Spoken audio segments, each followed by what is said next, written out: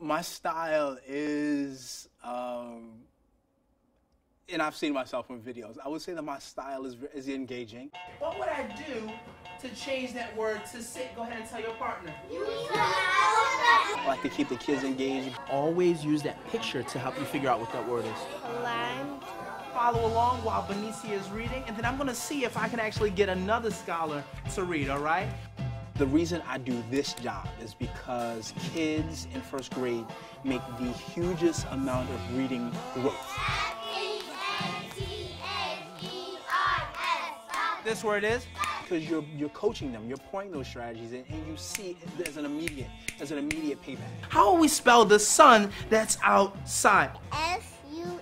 Oh, S-U-M, because that's the sun outside. Go ahead and point outside in 5, 4, 3, Working with kids, 2, being in front of kids, teaching kids, making a real difference, seeing them grow is why I teach. One scholar said that when I went to the zoo, I saw a lion. I heard another scholar say, oh, a lion, you're scaring me. And I know it sounds so cliche, I know it sounds so simplistic, but the resources. We can paint, we can do printmaking, we can do paper mache, we can do sculptures, we can use clay, we can make paper mobiles. We're making giant life-size silhouettes right now. Remember how we talked about the smoothness of the paint? Right, so like that. See how she's moving it a little bit longer? She's spreading it around. Just to be able to have the resources and be able to plan and create these units for the scholars here that aren't only going to trigger their creativity and curiosity, but are going to make these, you know, bigger real-world connections for them. I mean, they're using professional quality materials most of the time here. You're going to hold your paintbrush like you hold a pencil. Okay. My goal for them is when they leave here, for them to be this person who can see the world with an artist's eye. Before I came to Success Academies, I actually was kind of considered a veteran teacher at my former school. I had been there for 8 years. Ooh, okay, I want to try that out. Touching a shark for the first time. After coming here, I started feeling like I was a first-year teacher again, but it was really actually refreshing and really exciting because I've said this to many people. I felt like after being here for even just a year, I had improved drastically as a teacher, and that is a really meaningful and powerful thing for me. And I felt a million bee stings up and down my arm. Ah! I cried out. I actually got the feedback, had the resources, had the people helping me and supporting me to make me better. And I felt like I had improved more in that 1 year than I had in 8 years prior to that. That's a really long title.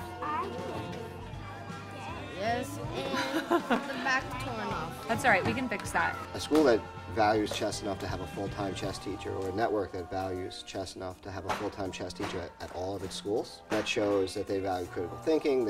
They want to teach more than just for the test. I mean, it really educates the whole child. Are you raising your hand and saying, Mr. O, I've checked? No! If I'm standing next to you, you're doing this, Mr. O, Mr. O, Mr. O, Mr. O. No, that's very silly too. Sometimes when you set up a chess puzzle in front of a child, you can watch them work through it, and sometimes you can see by the look on their face that they're about to solve it, or that they're getting close. And you know, that's really rewarding to watch when you see the child go through the process and finally attain something. I want you to think first. Remember, chess is played here. Chess isn't played here. It's hard. I know it's hard. It's supposed to be hard. I also had the privilege of working with some of the greatest principals. I've been teaching chess for 10 years, and the principals that I've worked with here are the best I've ever worked with. I want you guys to pay really close attention to all the skills that you're using to try to figure out something that's too hard for you to read. Right. Teachers are engaged, and because they're engaged, the students are engaged. Because what did I do? I set you up for success before I gave this to you. And that's the same thing you would have to do when you're doing a read aloud for your kids. You set them up for success. There were things that you needed to know in there, otherwise you would not understand the poem.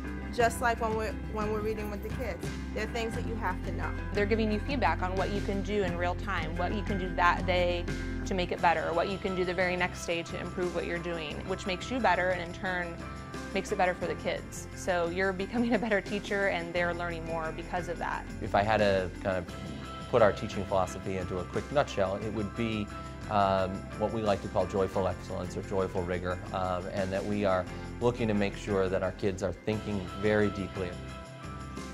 thing that I want to do is really dig deep and internalize those turtle talks, really allow my kids to, you know, not only, you know, understand the main idea, but to be able to put it in their own words. And there's also a place where I feel that my professional voice, my intelligence is valued.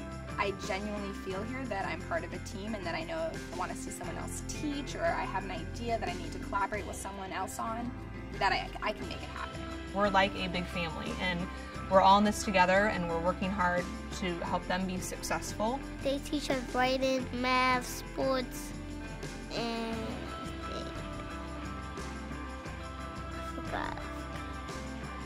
reading.